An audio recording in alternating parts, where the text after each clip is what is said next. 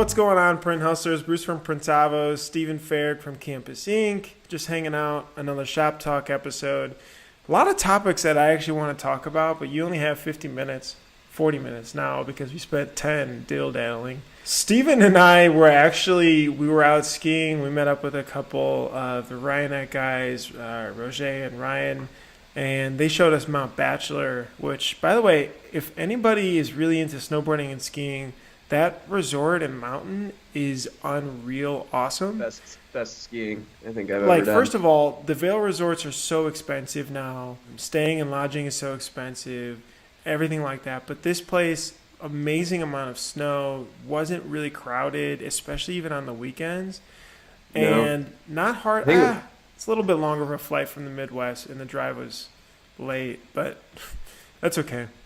If you ever travel with Bruce and you have to go on road trips, Bruce does not drive. I don't own a car, so I'm not. My body's not trained for drives, let alone very long drives, like 3.5 or whatever hours. Yeah, when it's snowing. I admit I admit that fault. It's something I'm working on. Stick to coding. Yeah. So, anyways, back on topic. So basically, we go ahead. We come back down into town. We're in Portland. We're in Portland for just a night. We got in pretty late. And we go out, and then we had brunch the next day. And it was just super interesting from a customer service perspective. You want to go through the first one, the Thai restaurant?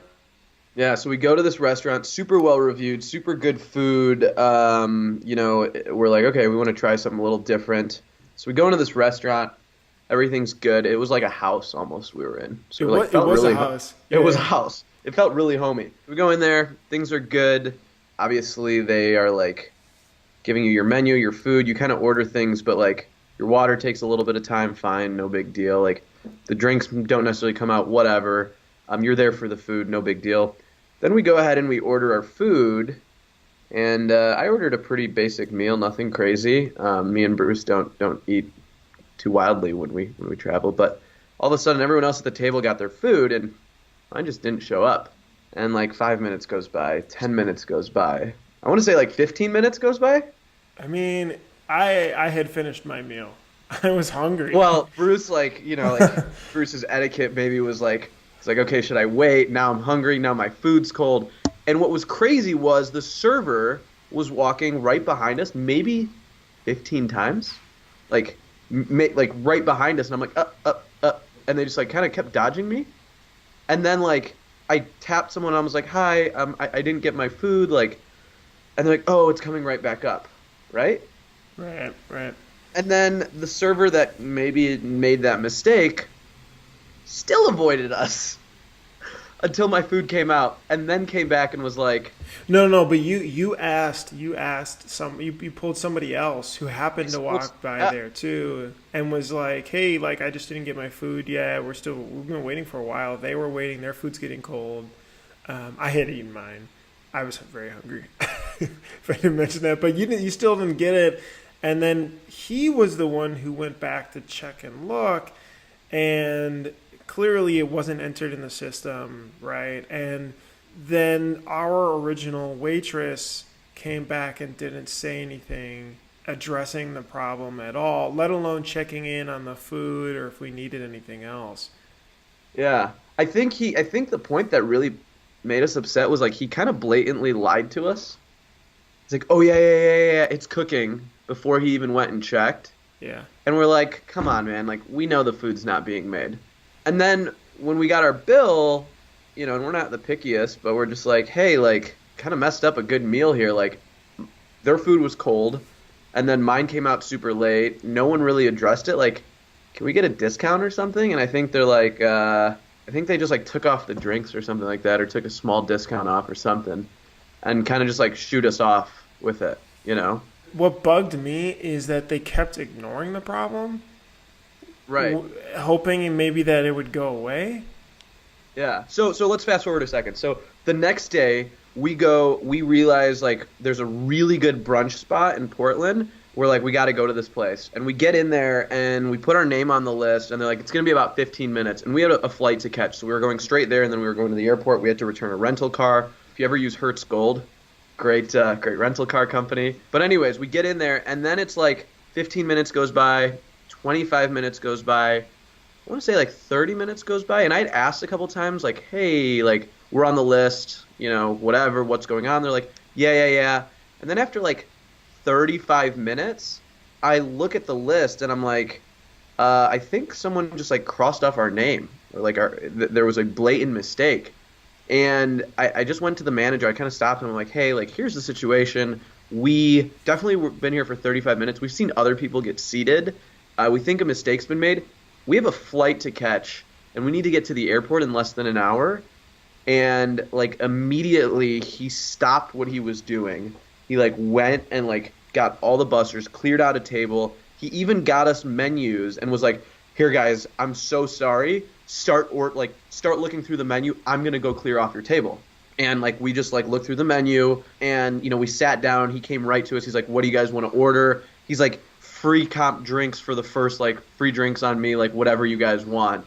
I'm like, I'm so sorry that happened. The food was incredible. It was really good. We had like these Dutch pancakes or something like that were insane. Yeah, I was like eating flowers or something. Yeah.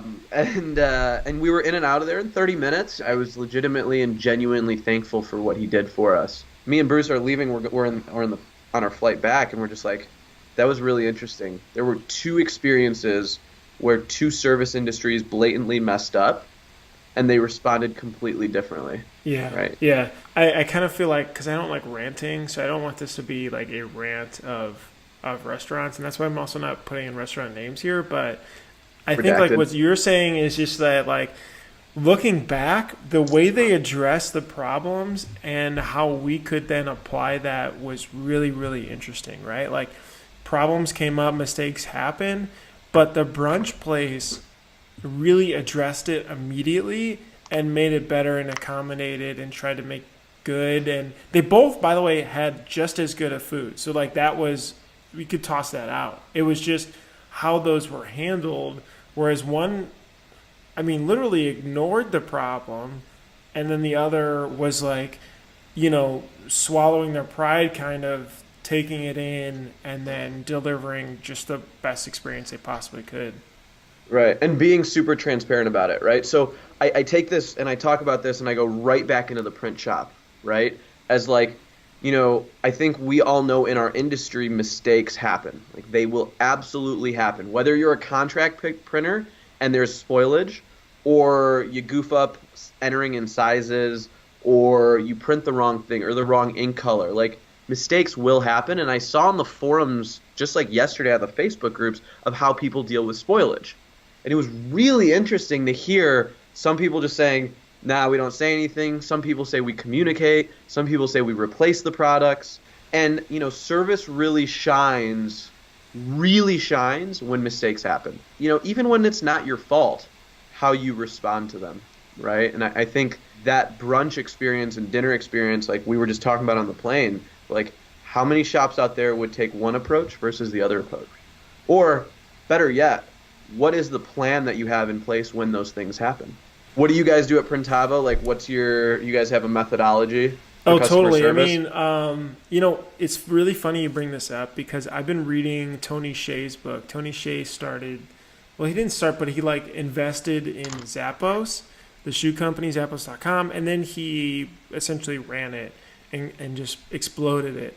And he's like, okay, we're in a commoditized market, right? Anybody could sell shoes. You could buy shoes on eBay. You could buy shoes wherever you want.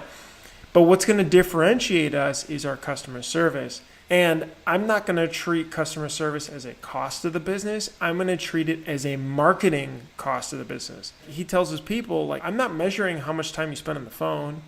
I'm measuring, like, how much quality you're giving to each of these customers.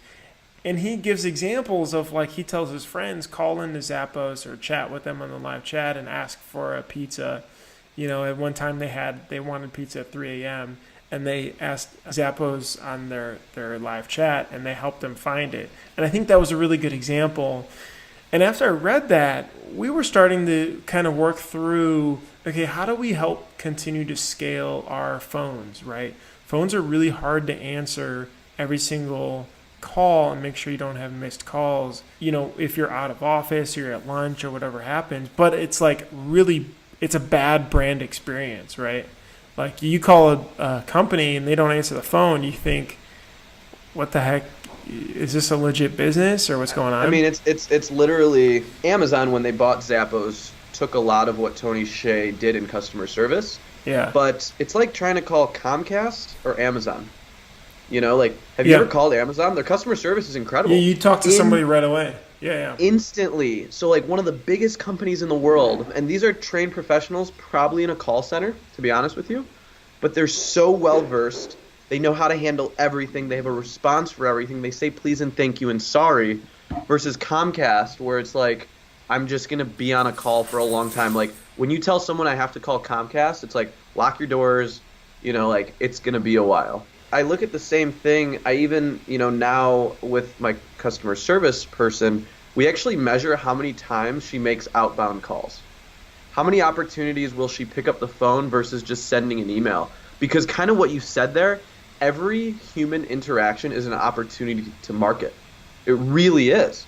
And if you can create more meaningful interactions, you are actively marketing your business every single day. So, like, if I call one of my customers and let them know their order's done, not saying you have to do that every time, they're probably pretty excited to hear my voice versus, hey, your order's complete, right? So, like, every time we can take that opportunity to win a customer over personally, I think that's what differentiates us all from, you know, the bigger box, you know, company. Totally, yeah. But I think, you know, kind of going off, bringing it back in topic is, you know, how you deal with issues, dealing with issues the right way and having a plan for them is one of the most important things to do, because Amazon has a standard operating procedure for how to handle when a customer doesn't get their product. So just this morning, I got a phone call from a customer saying I didn't receive my product, and I go on Stamps and I look and it says delivered. So what am I supposed to do? Customer's mad. I didn't get my product. I go, no, you did. It was delivered at this address at this time. She goes, nope, I didn't get it. So what do I do? Right? What did you do? Like, what did I do? This was a big order, and I had extra shirts printed because I was a little bit worrisome. And at first, she got really angry. She's like, well, I don't have my shirts. Why don't you understand this? I'm like, well, like, we give the shirts to the post office. They're the ones that ship it. Like, you know, technically you're supposed to file a claim with them, whatever. And I'm just like, at the end of the day, I'm like, what does this person want? Okay, they just want a new shirt. And I'm like, you know, let's work through this. Let's figure out a way to get you another shirt. I apologize for the situation. I defended ourselves a little bit, but at the end of the day, all she cares about is her new shirt. That being said, you can't let customers walk over you, but, you know, you have to have a policy for that. So what is your policy? You know, is it I'm going to just refund the customer? Is it I'm going to reprint the shirt? Yeah. Is it I'm just going to say screw off? And in my head, I'm like, okay, I could tell her, like, sorry, we're not doing anything. But what happens if that one shirt turns into a bad review? Then I'm like, I would have spent 3 hours to print the shirt, to give her whatever, the screens, whatever. Like, you have to think about customer service in terms of a marketing vehicle. Did you reprint it or no? We had extras. Thank God I had extras. Oh, okay. And she called instantly. Packages get swiped, but I looked at it and, you know, the same thing happened to my girlfriend who ordered something from ASOS, which is like a big box retailer, and immediately they refunded it. They didn't even think. They didn't even, like, flinch. They're just like, sorry, we're sending you a new one. You know, there's another one on the way. I think shops have to have policies for how to handle issues. Right. If you get too strict, I think you just eventually, like, you'll push people away. Yeah. Right? So, like, what do you think is the balance?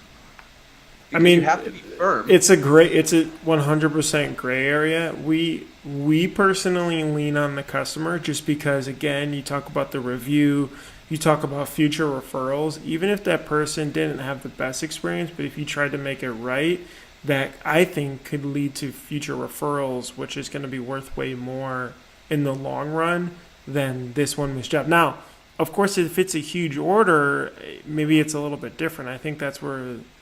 Right? Like, what if it wasn't just one for, I'm assuming this was a store or something, but, like, what if it was for, 500 shirts and somebody stole the box or it's gone to UPS? Like, how do you handle that one? On the UPS on a bulk order? Yeah. Is that on That's UPS you try to lean on?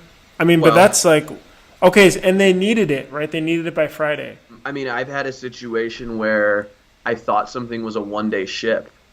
this just happened a couple weeks ago. We play the UPS shipping game. It's a 1-day ship to Indianapolis. It's a 2-day ship to maybe Ohio. I thought something was a 1-day ship, so we shipped it as a 1-day ship, and really it was a 2-day ship. They didn't get their products till Friday, and their event was on a Thursday. Right away, like, here was an opportunity where I was like, ugh, I know they're not going to get their stuff. And I just called them, and I'm like, look, it is with UPS right now. It is scheduled for delivery on Friday. I am going to call UPS and sit on the phone with them to see if we can intercept the package. I said, I might have to ask you to drive for an hour to pick it up at their pickup location.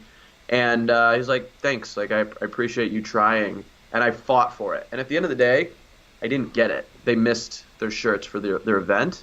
And, I felt really bad. But at the same time, the customer on the other end wasn't, like, furious because he knew, like, I tried really hard. Like, I legitimately tried. It was an honest mistake. We didn't calculate it right with shipping. But I could have just said, like, and I didn't want to do that. I work with students, right? So a lot of my students are in organizations. They're placing an order for their organization. If I give my students a bad experience, their organization's going to hate them, right? Mm-hmm. Like, if you have an intramural softball team, Bruce, and you're like, guys, I'll take care of the shirts, and you mess up that shirt order because the company goofed, how dumb do you feel? You're just like, okay, well, I'm never working with them again, and I'm never going to volunteer to do the shirt order again. And my team is just kind of like, nice going, Bruce. Yeah, right? Totally. And that's how your customers are. Your customers will be ambassadors for you if you put them in a position to win. So you have to think about them actually as like an auxiliary of your business. If they win, you win. But if you lose, they really lose, and they look really bad. Like, imagine if it's a secretary, that's ordering gifts on behalf of the CEO for the office. Oh, yeah, 100%. It's on her. Did you have to change anything in your workflow after that happened where it's like, hey, we need to create a day buffer now from going forward? Or? Yeah, so actually we trick ourselves in the shop. We have our due date as the day I want it to leave here. So we actually say...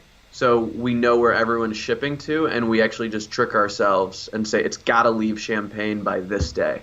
Yeah. So we have like an so there's what we call like, your in-hand date or customer due date or whatever. We have, because we do local, because we do shipping, because we do pickup, we all in our shop, our standard procedure is customer due date is the day it leaves our facility. And everyone in the company knows that. And if anyone ever messes that up, that's it. Right?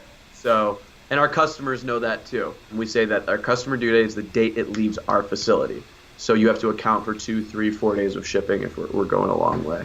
That one's a tough one. I think that's what you see on some of the Facebook groups sometimes too. It's just like, where do I mark the line? I don't think there's like a right or wrong. I just think it's like, how can you just satisfy them to the best of their ability, keeping in mind future referrals, keeping in mind negative reviews, keeping in mind like different repercussions. I've seen some nasty stuff. There was a shop owner that literally wrote a whole website about one of our competitors and their opinion of them, and obviously very negative. But it's your worst nightmare.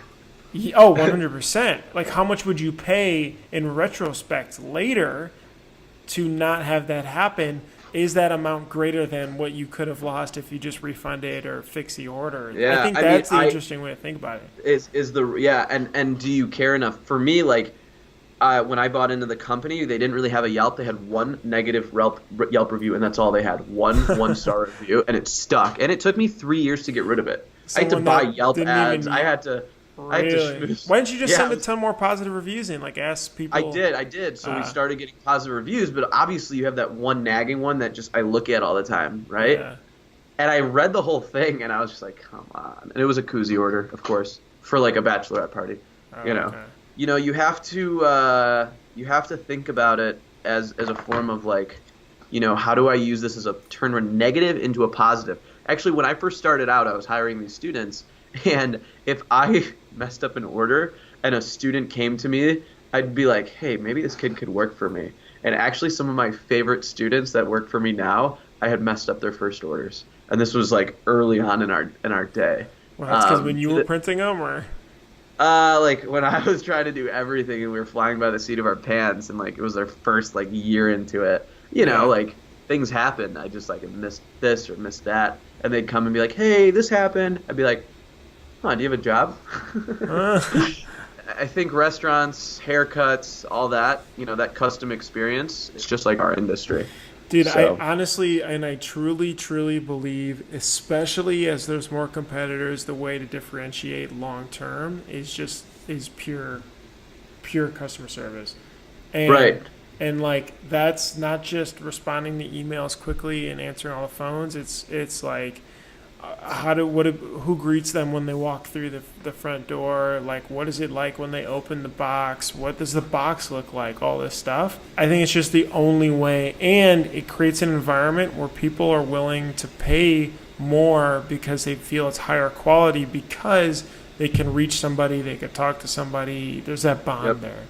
Yep, I was just blogging yesterday about price doesn't matter when you have a good relationship with someone. They don't question your price. They respect you. The same goes there. I think the biggest takeaway from talking today, Bruce, is customer service is a marketing opportunity. Negative or positive, customer service is always. Great title. Write it down. Customer service is a marketing opportunity. So, it took us 25, 30 minutes to come up with the title of this talk today. But I think every shop should absolutely, after listening to this, write out on one page your, how we respond to issues. Here's our policy for here. Here's our script for what we're going to say. Here's our policy for here. Here's our script. So when a new employee comes in, you just hand them it and say, hey, here are our policies. Obviously, I'm the owner of the company. If anything ever needs to get escalated, please bring it to my attention. But this is what you're trained to do, And then it's standard operating procedure. I mean, we just made a cutout, a piece of cardstock that goes into every bag and tag box that says, please read this before distributing your merchandise to avoid any mistakes. And the more I'm What does that say? It basically says we have a checklist here that we've marked all the contents are in here, and every person who's ordered is in this box on this list. Please make sure there's a dedicated individual that's going to distribute the products so that there's no mismanagement or mix-ups. And I pretty much said that we're not responsible for mismanagement. Basically, if a box of apparel goes into a fraternity house and they open it up and say free for all, and someone steals a package, I'm not responsible for that, because that does happen. So I just made a one-pager that goes in that and goes on the front of every box. Now when my customers open their box, they get their little thing. It's like, okay, cool. I told you so, but I'm kind of covering my back a little bit. Right. That's awesome. All right, man. I know you got a lot of things going on today. Yeah, Same here as well. But that's a definite book recommendation for everybody to check out. It's called Delivering Happiness. You can check it out online on Amazon. They have audiobooks. Download it. It's really cool story just about the growth and stories in Zappos and how they sustained it long term. Yeah. If anyone has recommendations of stuff they want us to talk about, I've already gotten some pretty good feedback from people wanting to hear more. But if there's specific things, let us know. Yeah, drop it in the comments. This is a lot of fun, and it's a little off the cuff, and I think we should continue it. So hope 100%. To see another. We still need to name it, which we will eventually. So yeah, shop talks. Here are the options: front office, the back room, the production floor, boxes and boxes. Bruce's dark room. Kind of sounds a little weird. Mixing. Yeah. No. Should pick your favorite pants color. Yeah. All right, Bruce. All right. Talk to you later. Awesome. Thanks, guys. Bye. Yeah.